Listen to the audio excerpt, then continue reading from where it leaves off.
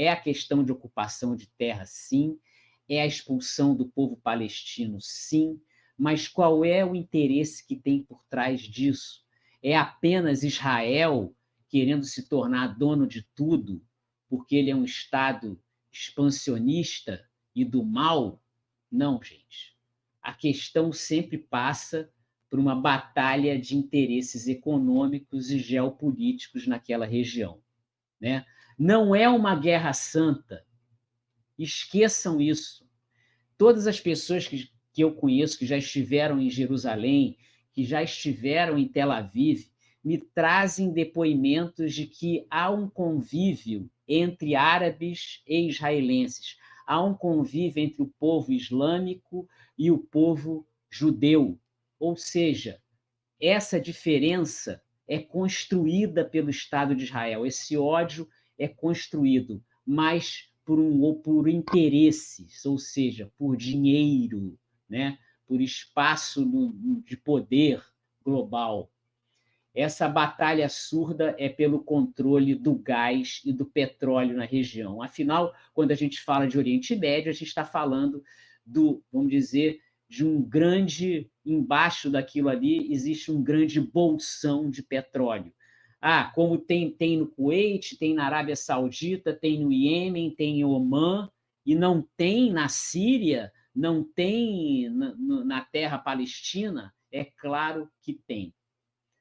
É por isso que os Estados Unidos deslocaram 2 frotas de navios de guerra para a região. Deslocaram 50 aviões essa semana, aviões de guerra para a região do Oriente Médio. Foi por isso que o Joe Biden, né, o presidente americano, saiu correndo para encontrar o Benjamin Netanyahu em Israel. Biden está se lixando para a crise humanitária. Ele não está nem aí. Isso é só discurso da boca para fora. Ô, gente, espera aí. Ele precisa garantir os interesses de quem ele representa.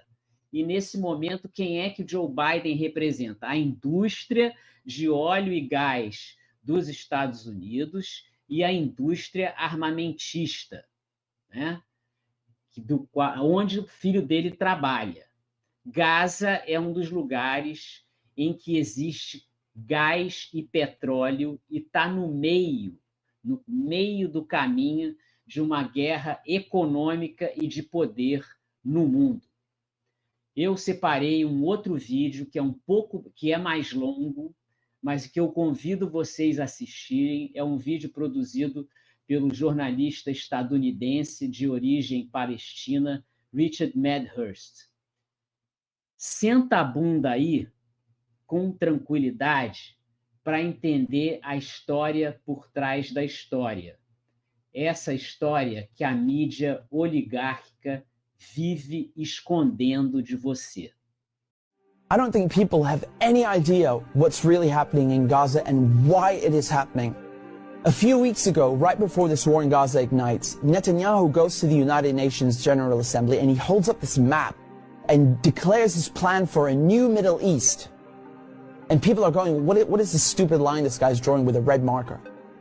What it is an economic corridor that stretches all the way from India to the United Arab Emirates, into Saudi Arabia, into Jordan, Israel, and then finally to the entire European continent. I mean, the United States at this point, seeing their influence starting to fade, seeing the relevance of the dollar recede after they stole $300 billion from Russia. You have all these spooks in Washington and Tel Aviv, running around desperately trying to counter BRICS and counter China's new Silk Road. And this is their answer. This is a rival to the new Silk Road.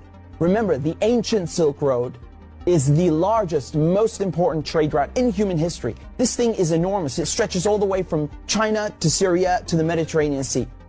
The Chinese know how important this thing is and they want to revive it. It is the future of world economics, trade, and politics. Within the span of a few weeks, Iran and Iraq have signed a railway deal. So now you have a rail link for the new Silk Road. And President Assad of Syria, who the West have been trying to isolate for over a decade, is now visiting China, the world's largest economy, and signing a strategic partnership. This is pivotal. So now the new Silk Road has rail access all the way to the Mediterranean Sea, through Syria's port in Latakia. So not just land, but maritime trade. This is crucial.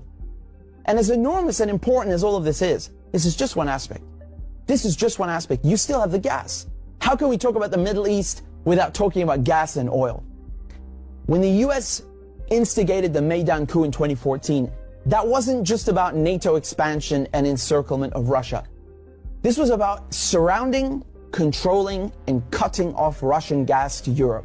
Russia is the country with the largest proven reserves of natural gas.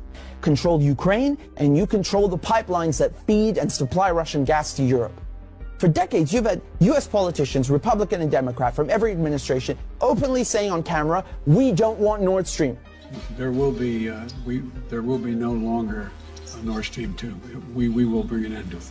You want to have pipelines that don't go through Ukraine and Russia. For years, we've tried to get the Europeans to be interested in different pipeline routes. It's time to do that. You want to depend more on the North American energy platform, the tremendous bounty of oil and gas that we're finding in North America. Lo and behold, Nord Stream 1 and 2 are blown up. I mean, this is without question the most egregious, the largest terrorist attack on European infrastructure in modern history. There are only 3 countries on this planet that can pull this off. They are Russia, Britain, and the United States. And let me tell you, it was not Russia. You combine that with the sanction packages from the European Union, banning Russian oil and gas. I mean, talk about shooting yourself in the foot. So now there's no more Russian gas coming into Europe. And just like that, the United States have achieved a long-standing foreign policy objective. Now, the only other country with enormous gas reserves, the second largest in the world, is Iran. Iran signed the nuclear deal in 2015 and 2016. They're complying in every way imaginable. The IAEA at the UN cannot be happier. And then the United States, you know, the guys who orchestrated the whole deal, go back on their word and they rip it up just like that and reimpose sanctions on Iran. So now Iran is barred from selling its oil and gas to Europe and others. So Russia and Iran, the 2 countries with the largest gas reserves, are out of the picture. Then Israel, all of a sudden, proposed themselves as a solution to the European Union's gas shortages. Take our trilateral energy, for example, that we closed in June with Egypt and Israel. It has played an important role in our strategy to get rid of the Russian fossil fuels. How convenient. How convenient.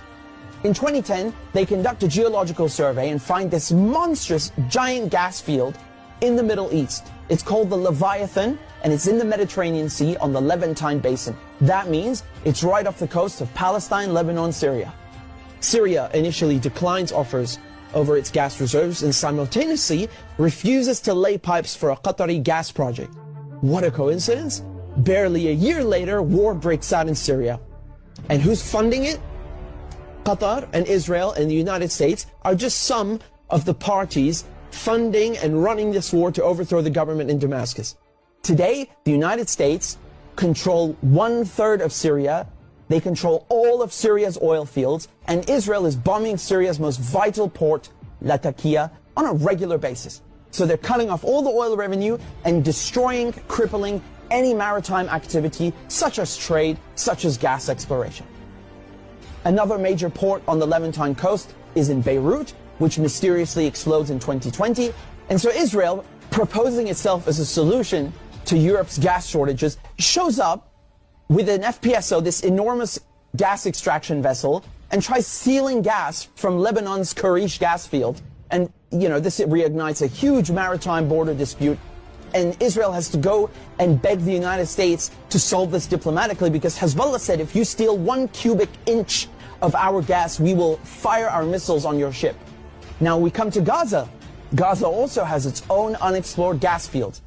Gaza is also a concentration camp run by the Israelis, and it's been under siege by Egypt and Israel under naval blockade since 2007. I mean, you can't even fish properly, let alone extract gas. And so now, the Lebanese, the Syrian, the Palestinian ports, they're all out of action, and the only working port left in the coast is the Israeli port on Haifa. I mean, how convenient. This makes Israel the only one able to explore gas, and implement an economic corridor like the one that Netanyahu held up at the UN. So in other words, Israel and the United States together killed off all the competition, stole their goods, and cornered the market. But as winter is approaching, Israel desperately needs to get that gas for Europe. But there's no stability. There can never be stability in the region without solving the Palestinian question. And so when Netanyahu shows up at the UN with his brilliant plan, you know, the Israelis thought, oh, it's a done deal. You know, they'll just get Saudi Arabia to normalize ties and thereby extinguish the Palestinian issue once and for all. And that is precisely why they are in Gaza slaughtering Palestinians like crazy, like they're in berserker mode. You know, Israel has bombed Gaza before, but this surpasses anything we've ever seen, which is truly saying something. I mean, this is unhinged, you know, calling people human animals and massacring them. Israel is just hoping the Palestinians will run away in fear into the desert. They've literally said this. They want to put them in the desert. They want people in Gaza to go to the Sinai desert and push the people in the West Bank into Jordan. This is genocide and ethnic cleansing without question. But it also has economic and geopolitical implications. Hamas and the collective resistance, when they found out about Israel's plan and Saudi Arabia's wishes to normalize ties with Israel, which would destroy any hope of a Palestinian state, I mean, this forced their hand. It became clear they needed to act and respond immediately, lest Palestine be lost forever. For Palestinians, this is and always has been a matter of life and death, to be or not to be. Either the resistance axis and the global south expel the American and Israeli colonizers from the Middle East, or Israel and the United States will continue occupying the region, choking off the new Silk Road, plundering Syria's oil, and keeping Russian, Iranian, and Arab gas cut off from the world market. This is a decisive moment, and not just for Palestine, because the victors will end up drawing the new map of the world to come. Além das questões religiosas de ocupação, tem muito interesse envolvido das grandes empresas americanas e também geopoliticamente dos Estados Unidos, porque eles estão perdendo protagonismo no mundo. Você viu ali o que ele falou da Ucrânia, aquele atentado que aconteceu, que passou meio batido aqui na nossa mídia, ninguém deu muita bola, aquele atentado que houve no Nord Stream, que era o gasoduto que abastecia o gás da Rússia para a Europa. Na época, até se falou que a Rússia tinha feito esse atentado. Eu falei, como assim a Rússia vai fazer um atentado num gasoduto que é dela? Criar um tremendo prejuízo para ela mesma? Não, né, gente? A verdade é que a Rússia ela está aí sendo isolada, tentando isolar, e aí, nesse momento, vocês veem como é importante a questão dos BRICS, né? Como é que a questão dos BRICS se torna fundamental, porque esse bloco econômico é o que está mudando o eixo do mundo. Está parando de ser vamos deixar de ser um mundo de leste-oeste para ser um mundo multipolar, com um bloco fortíssimo econômico que reúne a Rússia, a Índia e a China, as três maiores potências fora dos Estados Unidos do ponto de vista econômico, o Brasil, que tem potencial para chegar lá, mas ainda não chegou, e aí você já está lá dentro o Irã, que agora se tornou, vamos dizer assim, uma pedra de toque nessa política internacional, porque o Irã tem armas e apoia a Palestina, está sendo provocado pelos Estados Unidos. O Irã é basicamente o motivo pelo qual os Estados Unidos deslocaram a frota para lá. O presidente do Irã, ele declarou que, em todos os momentos,